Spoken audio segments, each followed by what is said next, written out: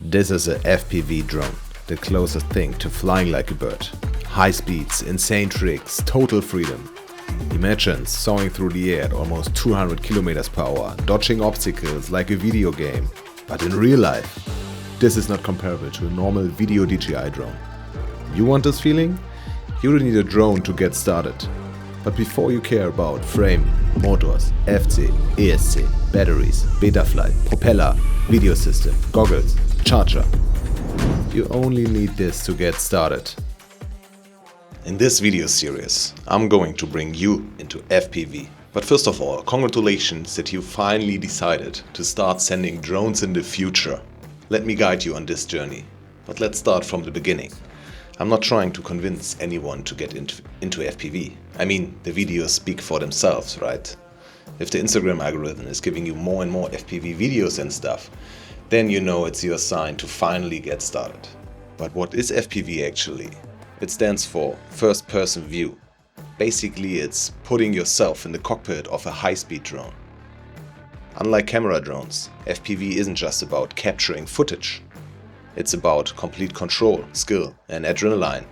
You're not just flying a drone, you are the drone. And how to finally get into FPV? Most important is to find out if you are really interested in flying the drones. And we will test this simply in the simulator. The simulator is a video game that simulates flying drones. And the only thing you need to practice is a computer, Mac or Windows, doesn't matter, a controller and a software. That's it. FPV has a steep learning curve, and in real life crashing costs money. That's why every single top FPV pilot started with a simulator. In the real world, one crash can cost you hundreds of dollars. In a sim, hit reset and go again. This is how you build muscle memory, reaction speed and flight precision, all risk-free. You don't need a drone to start. You just need a controller, or also called radio. This is your training tool, your ticket into FPV and your first real investment in the hobby. And the best part? The radio you buy now will still be your main controller when you start flying real FPV drones. So instead of wasting money on a cheap toy drone, get a kind of proper radio and start training the right way. The controller needs to send data to your drone. This happens with Express ELRS. This is an RC system that uses the Express ELRS or short ELRS protocol to communicate. It is open source software and aiming for lowest latency and maximum range. Thanks a lot to all the developers making it possible. They save us pilots a lot of money. Multiple companies are producing the hardware with the open source Express ELRS software that is provided. There are multiple different RC systems out there, but we are in 2025 and please stick to Express ELRS. Drone, radio or video system manufacturer are adapting to the fast-growing Express ELRS market and offering new hardware tailored for this RC system. However, whatever system you will go, do not go with FlySky, FSky or Spectrum. If you buy a radio, always check if this radio is using ELRS. If not, it needs to have a module bay to get ELRS module in. Let's talk about some controller options. The list is way longer, but these are my favorites.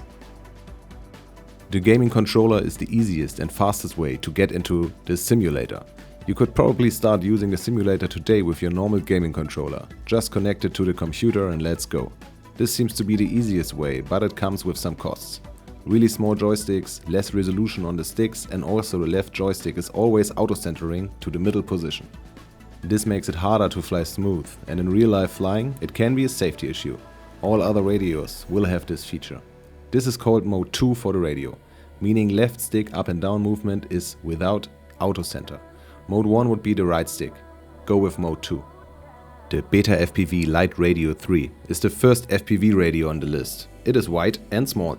The joysticks, from now on we call them gimbals, are bigger compared to most gaming controllers. You can get this radio for less than 50 euros.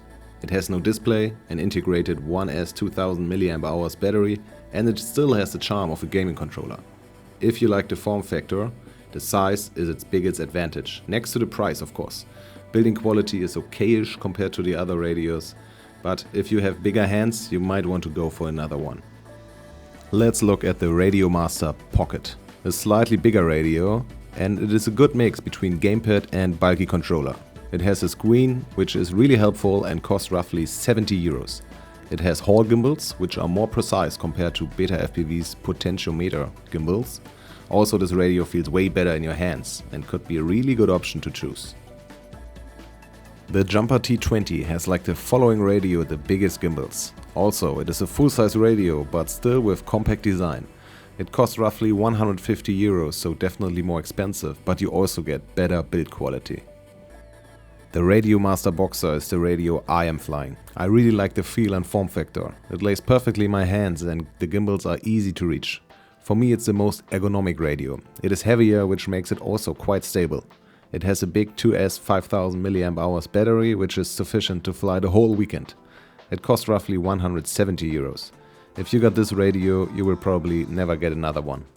However, if you want the maximum in terms of size, quality and functionality, you need to go with this one, the Radiomaster TX16S. It has the nicest and biggest colored screen, and it is even a touchscreen, which can be really nice.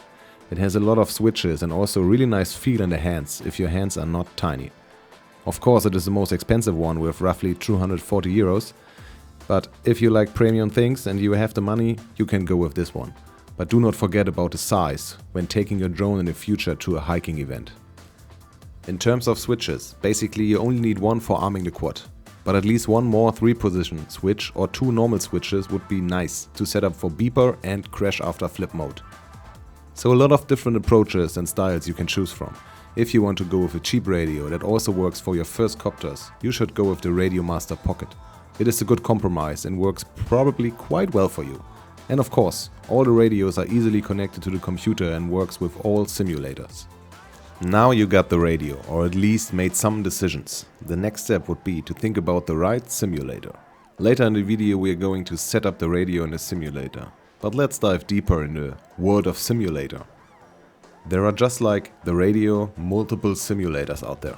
In the last couple of years a lot of simulators came out offering more features and better graphics. The gameplay did not change over the years. However, to find the right simulator for you, let's compare them. First up, Velocidrone, the king of realistic physics and the go-to for serious racers. If you're not sweating after a session, you're doing it wrong. Global racetracks, shared by the community. Multiplayer, sweaty and competitive. If you want to race, this is the place. Runs surprisingly well even on a potato PC. Graphics, meh, but who needs fancy visuals when the physics slap? Oh, and you gotta pay extra to unlock all quads. That's kind of a bad thing. But hey, this is my main sim. The realism and community, unbeatable.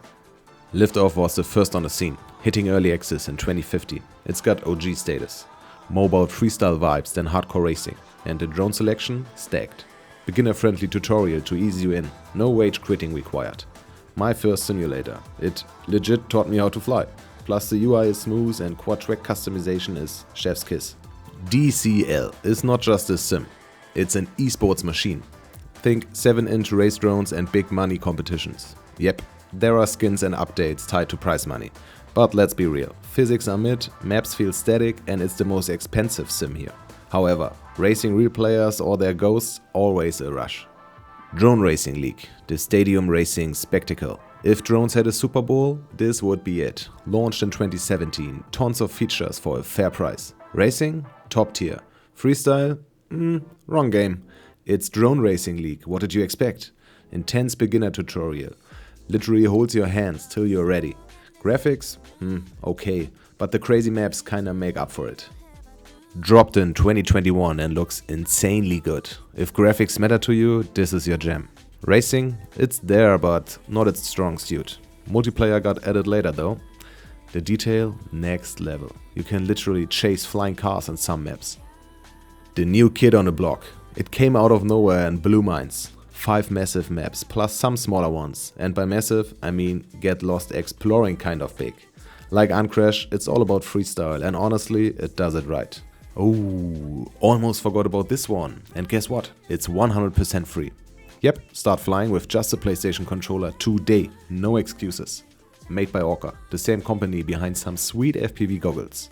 Limited features, graphics, come on, it's free, and somehow a paywall for the full tutorial? Weird flex. So if you want to save money but want to fly, this is a win. Big decisions when choosing a simulator. Not really, just pick one and send it. All simulators are available on Steam except Velocidrone. You need to buy on their website. To summarize, Best for racing, Velocidrone, no contest. Best for casual freestyle, Liftoff and Tryp. Best for cinematic flying, Uncrashed and Tryp. Best for total beginners, Liftoff and DRL. The beginner tutorials are definitely outstanding here. Trust me, once you master flying in a sim, the real thing will feel like a second nature. Pro tip, put in at least 20 hours before touching a real drone. Get comfy, practice full flights, take off to landing. If you can't land smoothly in the sim, your quad might land in a tree in real life. Now let's set up the radio in the sim. I'll do it in Liftoff, but don't worry, all sims work pretty much the same. Once that's sorted, you're officially ready to send it. We need to calibrate the controller so the simulator knows exactly what we are doing. And the process is pretty straightforward. Click Calibrate and do all the things the simulator wants you to do. First of all, rotating all the sticks, and afterwards, always centering the sticks again. We do this for all axes, we hit save and we are good to go. Here you see how the drone is moving. Left stick is for throttle and for yaw, right stick is rolling and pitching. The combination that I would suggest to you is definitely the Radiomaster Pocket and the FPV.Skydive simulator. The FPV.Skydive simulator, actually I was pretty stunned when playing it for the first time. The physics were almost as good as Velocidrone. Like, I switched from Velocidrone directly to FPV.Skydive and I didn't feel that much of a difference. Compared to all the other simulators, it's way big of a difference. For example, DCL, DRL, they feel really different to Velocidrone. And I don't want to say that Velocidrone is the ultimate standard, but it really gives me a good gut feeling in terms of how the simulator feels. So basically the FPV.Skydive simulator is for free and it feels good. If you want to learn flying FPV the right way, then hit the subscribe button. This is only the first video of the video series, and the second one will be about practicing in the simulator. We'll start the simulator together and we'll take a look how the drone controls, how it feels, what is relevant, to make your start as smooth as possible. So stick with me and you'll be sim ripping like a pro in no time. I kind of promise it. Well, let's see. It really depends also on your motivation. I hope you did enjoy the video. I hope you learned something, you made some decisions, and I'm really happy to see my next video. See you there. Bye.